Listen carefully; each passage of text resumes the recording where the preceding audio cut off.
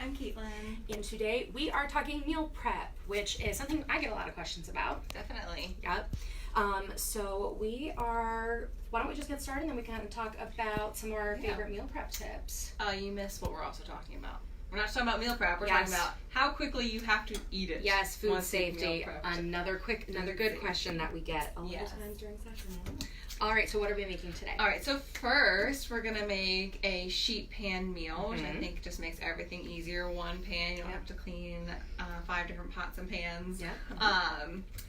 It's something that I really like to do for breakfast. It's a hash, and so we'll do this as a meal prep breakfast with vegetables. It's a great way to get veggies at breakfast. Yeah. And it's a good way to use up things that you just have sitting around in your fridge. Like, oop, I didn't use this last week. What can I do with it? Which is exactly what I have here, a zucchini that I didn't use last week. Okay. So we have onion, bell pepper, zucchini, and some leftover sausage that I had. So, hey, it's already cooked. This is a great way definitely to just clean out the fridge and really start fresh, and it helps prevent food waste because you're not wasting things that you're not using. Definitely. Oh, and a potato. And a potato. So this is gonna be a pretty small portion of hash. 2-ish servings. 2-ish servings. I'm gonna give that to you. Right. We're gonna toss it in a little bit of oil while I am cutting the potato. Right. And so in our newest book, Nourished, we have a great section on meal prepping and putting things together. And look how fancy I happen to just come to the one pan meals. And you can see it kind of helps you put together a one-pan meal, but using different types of ingredients. So, recipes are great because they do give us a guideline and ideas, but what happens if the recipe calls for zucchini and you have yellow squash or asparagus? So reason why we kind of like to look at these grids is it helps you use up what you have, put things together, but, not give you a little bit more flexibility in that. Yeah. All right, so because I would say the one issue with sheet pan meals is that sometimes you have things that don't cook at the same rate. Yep. So there are a few different things that you can do. There are, one, you could put the potatoes down, thinking specifically the potato is going to take longer to cook than the vegetables. Yep. You could put them in first, start the cooking time, and then pull it out and add everything else. Yep. Or what I'm doing here is I'm cutting the potatoes pretty small, and the zucchini is fairly large, so that kind of evens it out. Yeah, definitely. And sheet pan meals is one of my favorite ways of meal prepping, mostly because it's a different method of cooking than some other things. So I like to meal prep one day on a Sunday and have it be done for the week. But if I was doing all of my meals prepped on the stove, then you're waiting for a stovetop to be open, trying to move things around. So I like picking different cooking methods when I meal prep. So you have the crock pot going, and the oven going. And the oven going, and something on the stove. Going. Or a, non-cook meal, which is our next, we're going to do a mason jar, so we'll show you that next. Yeah. So the way that you kind of mix and match things so that you're not basically standing in the kitchen forever on a Sunday, because there are other things that are important on a Sunday. Yes. Like sleeping.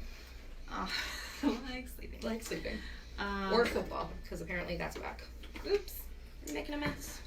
Drop the potato. So toss that up. I put salt, pepper, taco seasoning I grabbed for you. If you don't have taco seasoning, cumin, chili powder. I usually do for my hashes that Mexican spice realm. I'm going to make this nice and seasoned. And that might already have salt in it anyway. It does. Yeah. Okay, good to go. I don't need to add anything else. So that gets tossed. Throw it in the oven at 400, and just give it a good turn every now and then. I think it should take about 20 minutes. You guys can see it. And then so the sausage you have that we're adding goes right on in there. And this one is already cooked, but if it wasn't, you could make sure that your meat is to temperature. Those are links, so they're pre-cooked. I just dice them and I throw them in, and you can get kind of creative because there are so many different types of sausages now. There's chicken sausage, there's turkey sausage, and there's a million different flavors of said chicken sausage. So. Right, and this is what it looks like when it comes out. And really, I would say the hardest part of any sheet pan meal is the chopping. So if you get some help in the kitchen, or honestly, pre-chopped is the way to go sometimes. You know, just get it done. And this can literally be whatever you have laying around. So broccoli, cauliflower, radishes, like things that you just didn't happen to use. Chop them up and throw them in. It'll be delicious. So then going to part 2, we said we were going to talk a little bit about food safety. How long will something like this last in the fridge? So, vegetables will last up to a week once they're cooked. And then meats, when they are cooked, should last up to 5 days. So you could cook this on a Sunday, and I would eat it on Friday, but probably not past then. I would agree. Definitely probably would eat it on Friday, but then, you know, going into the weekend, maybe you want to be careful. If it makes you kind of a little nervous to eat it on Friday, that's also a good way. You could split your meal prep in half and, you know, meal prep for the first half of the week and then do something quicker like a crock pot or something like this, or pull something out of the freezer for the second half. Let's try it. All right. And I made this one a little bit too spicy for Clara, so I'm sorry. I forgive you. Let's see if my mouth is on fire in a minute. It's one of the many, many, many reasons of why you should measure out your seasoning and then put it on and not just sprinkle from the jar, because a big hunk will come out. And then you'll have Chipotle chili seasoning everywhere. We're about to find out, viewers, if my mouth's about to be on fire. All right, cheers. Cheers.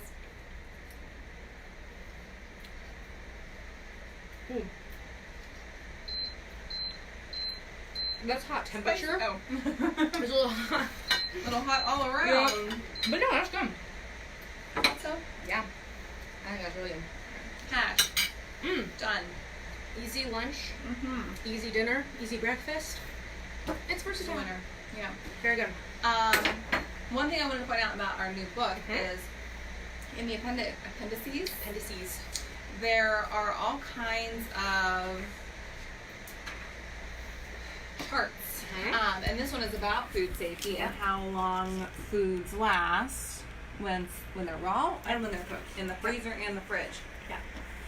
So, awesome resource. I love it. Yeah. And food safety, you know, definitely is of course important, but if you're cooking for younger children, if you're cooking for someone who has immune system concerns, you know, some of my cancer patients, that's a big thing that we want to be careful about, because your immune system is compromised. You know, really just making sure, when in doubt, it's probably better to throw it out. But, you know, really just being mindful and, you know, using some of these recipes that, sure, like, how can you swap these things out and not waste food?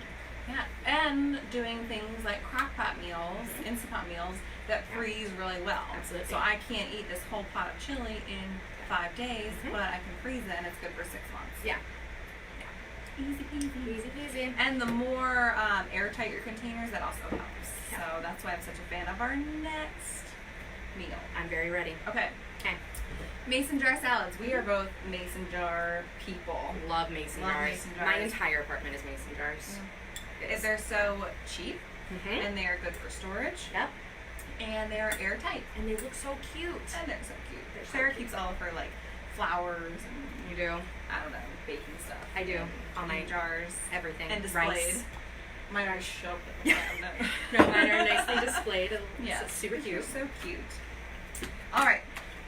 In this jar, I have dressing.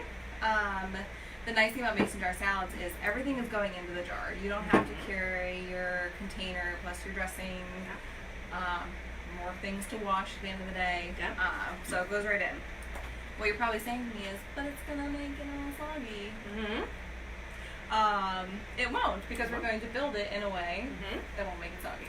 So in our Nourished book, it takes you through the steps and takes you really again through what things you want to put in what order. So closer to the bottom where the dressing is, you want to put the heartier vegetables. Things that are not going to get soggy. Yep. So I have here whole cherry tomatoes, and I have cauliflower. Again, things that I just have laying around. Yep. And both of these are really hearty, so it doesn't matter which one I put in first. Yeah. So I'm going to throw in some tomatoes. I'm going to throw in some cauliflower.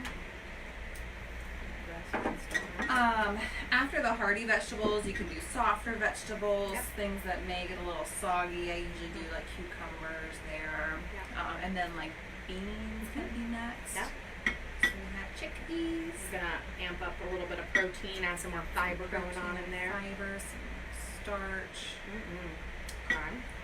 And so usually I actually do this with 10 jars because AJ also needs lunch. Yep. And we just line them up and we have all of our ingredients and we just go Yep. Little and assembly line. Assembly line mason jars. Yeah. Okay. And they last all week. We've done this at like a company retreat. We've made mason jar salads. They're just so great. They're so portable. Yeah. I'm adding the chicken. Yep. And because absolutely, and because of how versatile these recipes are, this is a great way where you can mix up different dressings. Like for example, if you like Italian dressing and someone else likes balsamic, you don't need to necessarily build 2 whole different lunches. People can customize it and do what they like. Love it. Okay, in today's salad, we're going to have arugula. That's not good. I would say my favorite lettuces to do for meal prep salads is a mixture of green cabbage and romaine.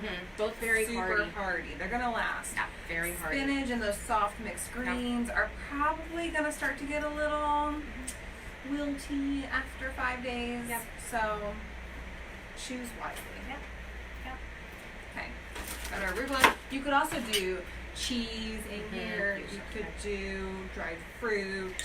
And if you want to do some like crunchies, like whether you want to do some nuts or some like baked tortilla chips or whatever, croutons, we recommend put it in a separate little baggie, and you've also just put them where at the top, right? I have done that before without a top. Or you can keep them on the side and then just add them in last minute, whatever you like. And there we go. Look Our how cute that pretty is. mason jar salad. So you bring that to work, everyone's gonna be jealous. Everyone's gonna be jelly. So let's say it's time to eat this now, Caitlin. Can you demonstrate? Yes. So, first and foremost, the most important thing is to shake. And that's probably the one thing with the mason jars when you guys go to store them. Just make sure they stay upright so that none of the dressing comes Now this up. had a creamy dressing in the bottom, so that thicker dressing is a little bit less likely to do that. But you want to give it a good shake. Now some people will just eat it right out of the jar. I personally like to make everything Pretty nice. put it on a plate so that it's a little bit easier to eat. Now, creamy dressings are more difficult to get out, so I tend to do more vinaigrettes. Yep. They're looser. They're not going to stick to the bottom of the jar. Kind of come in and see what that looks like. Easy peasy. Easy peasy, lemon squeezy. That's what we like. We do. Because like I said, sometimes on Sundays you have other things you gotta do. Alright, ready? Cheers.